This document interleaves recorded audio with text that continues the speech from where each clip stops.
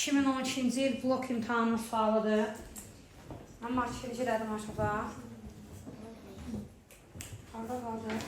Hə, bax dedik ki, bu sıfıra bərabər olsa, bu sıfıra bərabər olsa, x gedər. Burada da 2-anı keçirdik, yerində qalıbdır mənfi 2. 1 bölünsün x-i sağa keçirdik. X-in qiymətini tapdıq, mənfi 1 bölünsün 2-a. Yeganə bir dənə qiymətimiz oldu.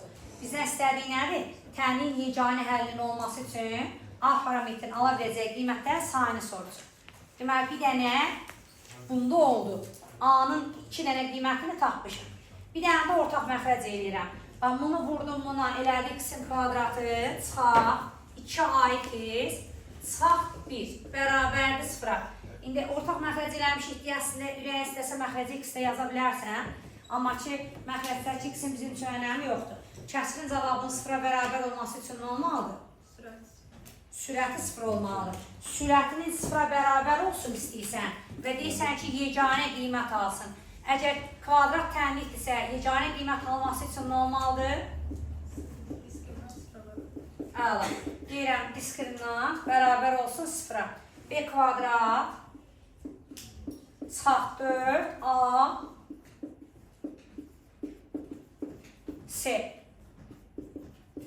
bərabər olsun 0-a. Niyə? Çünki məndən yeganəli istəyir, bax.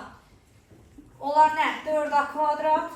Bu mənfiyə dəyər müsbət olubdur. Üstə gələk 28A.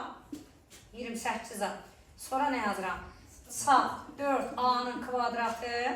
Əslində belə bir iş görək, daha gəlin açılır. Özümüzü niyə əziyyətə verir ki? 0-a bərabərdirsə, 4-ə böldüm, 4-ə böldüm, 4-ə böldüm. Bir dənə baxın, mənfiyə dəyər müsbət olub. 4A kvadrat eləmişdi, 4-ə bölmüşəm. 4-ə bölmüşəm, özünü köçürdüm. Bərabərdir. 0-ı da 4-ə böldüm, elə öz elədim. Sadələşdirdim. Bunlar getdi. A da bərabərdir. Alındı nə? 12 bölünsün 7. Deməli, 3 dənə kökümüz oldu. 1 kök, 2 kökdə burada. Ona görə cavab oldu C bəndi. Başa düşdük. A-nın 3 dənə qiymətində təmin yeganə kökü olacaq. Bizdən A-nın qiymətlərinin sayını soruşurdu.